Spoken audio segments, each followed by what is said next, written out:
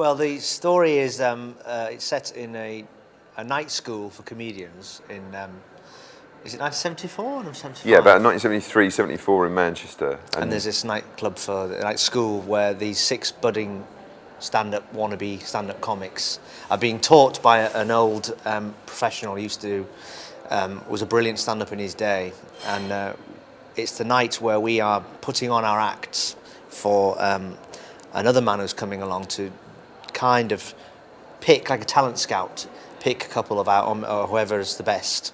I mean, it's a big, meaty play. In a way, it's 3 plays in one night, because I think when you arrive and you see this classroom in this sort of dilapidated school where these 6 guys are practicing for the night, you sort of think, oh, right, I know where I am. I'm in a sort of kitchen sink, northern naturalism. Then when we come back for the second act, we're in the club, the piano's playing, the microphone stand is there, and each act does their acts to the audience as if they are the audience in the club. So it sort of breaks the fourth wall of the theatre.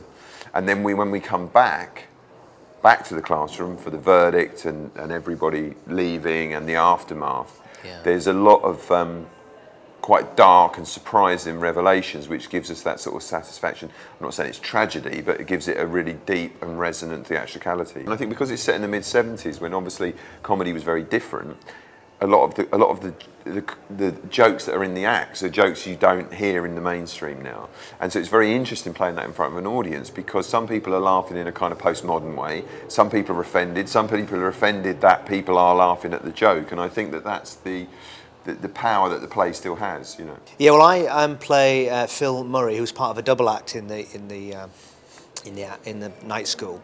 The only double acts there. The others are stand-ups, lone stand-ups. And my brother in it is played by Mark Benton. He's very funny. And I'm the straight man, so I'm kind of... but ironically, because I'm the straight man, but I think I'm funny, and I think I can do it, you know, equally as well as my brother.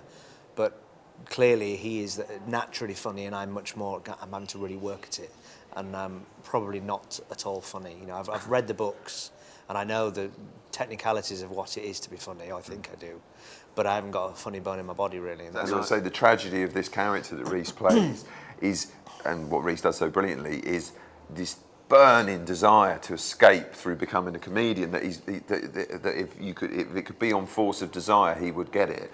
But at the end of the day, he hasn't got funny bones, and that's the sort of terrible pain in that guy. And what's lovely again about the double act and their brothers in the play is that sort of the disintegration of the filial relationship as it goes through. Absolutely, yeah.